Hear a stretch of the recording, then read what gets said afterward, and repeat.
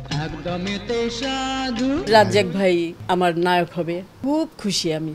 কি করব খুড়িমা? রাজ্জাক ভাই সেদিন ছিল এখানে, ওনার সাথে যখন শর্ট হলো উনি আমাকে চাচিটাকে, হ্যাঁ, মনে মনে ভাবতেছি এরকম তো কথা ছিল না। হ্যাঁ, থাক সুবিধা তো আমি, ঠিক আছে, কোনো অসুবিধা নেই। দুই দামে সন্ন্যাসী আমি সার্থক এই কারণে যে মুস্তফা ভাই যদি ওই ক্যারেক্টারটা না করতো আর আমার সাথে তাহলে কে করতো, যার জন্য আমি আবার খুশি মনে মনে। হ্যাঁ, মুস্তফা ভাইকে পেয়ে, যে ক্যারেক্টারটা তো দারুণ করছে মুস্তফা ভাই, দারুণ অভিনয় করেছিল, বাবারে বাবা। অরণ ধরে টান মারে যে আমি বললাম ঠিক আছে, খুব খুশি আমি।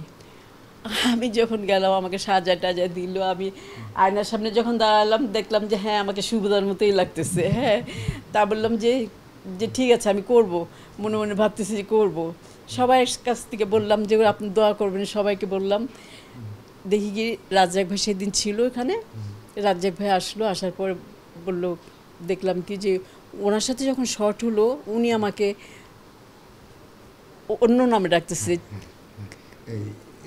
চাচি, হ্যাঁ, চাচি চাচি এরকম কি একটা বলতেছে। তখন আমি বললাম যে ওমা এ কি, মনে মনে ভাবতেছি এরকম তো কথা ছিল না। হ্যাঁ, আমরা যে উনি এই ক্যারেক্টার করবে কেন। হ্যাঁ, মনে মনে ভাবতেছি, কিন্তু কাউকে কিছু বলতেছি না, চুপ আছি।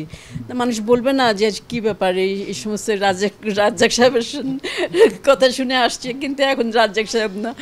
আমি বললাম যে মনে মনে ভাবতেছি যে আল্লাহ তুমিই জানো, থাক সুবিধা তো আমি, ঠিক আছে, কোনো অসুবিধা নেই। মেন ক্যারেক্টার তো আমিই করতেছি, বইয়ের মলারটাই তো আমি। হ্যাঁ, তো এই বলে তখন আমি কাজ শুরু করলাম, দেখলাম যে উনি আমাকে চাচিটাকে, হ্যাঁ, তো এরকম বলার পর তখন আমি মনে মনে ভাবতেছি আল্লাহ, আমার মনে মনে খুব হাসি আসতেছিল, কিন্তু এই কথাগুলি বলি না কাউকে, আজ পর্যন্ত বলি নাই।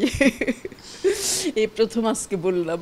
এরপরে আপনি দেখবেন যে নায়ক হচ্ছে গোলাম মোস্তফা।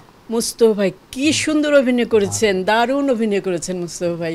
আর ওই ক্যারেক্টারটা মুস্তফা ভাইয়েরই ক্যারেক্টার ছিল, এটা অন্য কেউ পারতো না। কিন্তু আমি একটা বাড়ি খেয়েছি, সেটা হচ্ছে কি যে গোলাম মোস্তফা যেই ক্যারেক্টারগুলো করছে আমরা সাধারণত খুব পশ ক্যারেক্টারে ওনাকে দেখি।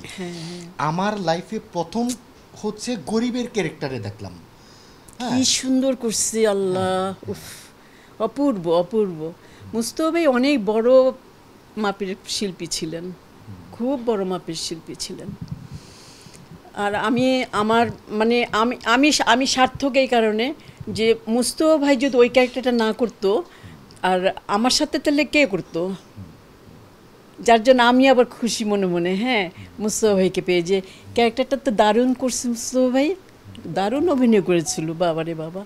আমার কাছে খুব ভালো লাগছিল মুস্তফা ভাইয়ের অভিনয়। আচ্ছা,